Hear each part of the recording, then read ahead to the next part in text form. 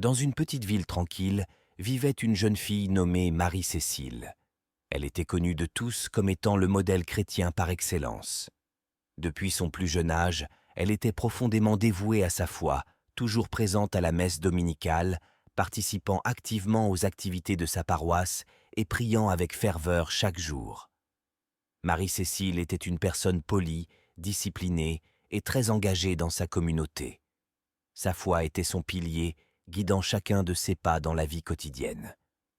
Sa famille et ses amis la regardaient avec admiration, respectant sa piété et son engagement envers Dieu. Un jour, alors qu'elle rentrait du travail, le destin frappa cruellement.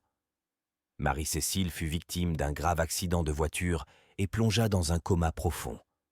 L'annonce de cet événement bouleversa toute sa famille et ses proches.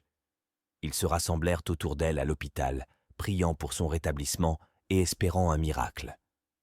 Pendant que Marie-Cécile reposait dans un état inconscient, quelque chose de miraculeux se produisit.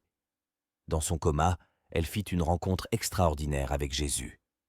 Au début, elle croyait être une véritable chrétienne, fidèle aux enseignements de son Église et à ses traditions. Cependant, Jésus lui ouvrit les yeux sur sa véritable relation avec Dieu. À travers des visions surnaturelles, Jésus lui montra l'histoire de l'Église, depuis ses débuts humbles jusqu'à ses développements complexes et parfois controversés. Marie-Cécile réalisa avec stupeur que l'Église, tout en se proclamant être de Jésus, avait parfois dévié de ses enseignements authentiques. Elle vit les conflits, les divisions et les schismes qui avaient marqué l'histoire de la foi chrétienne. Jésus lui révéla également les différentes dénominations chrétiennes, chacune affirmant détenir la vérité, mais souvent divergeant dans leurs pratiques et leurs interprétations théologiques. Marie-Cécile comprit que certaines d'entre elles s'étaient éloignées de l'essence même de l'adoration, se perdant dans les traditions et les dogmes humains. À travers cette expérience spirituelle profonde, Marie-Cécile réalisa que sa foi avait besoin d'une transformation radicale.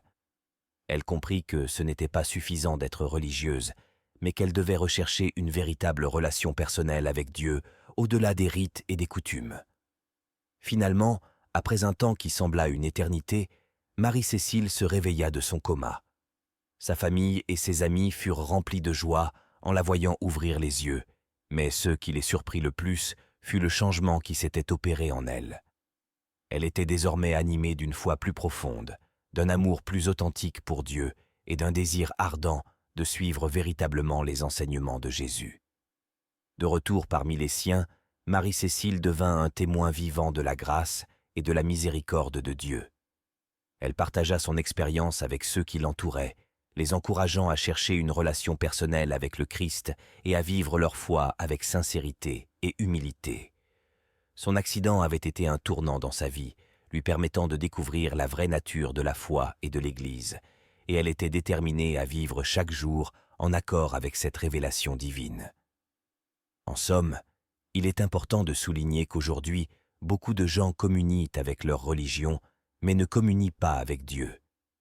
Les hommes sont beaucoup plus attachés à leurs traditions et ainsi se détournent pour adorer la créature au lieu du Créateur.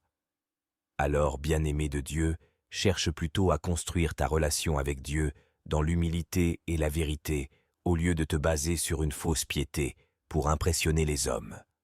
Chacun rendra compte à Dieu en fonction de ses propres œuvres et non en se basant sur ce que les hommes ont dit.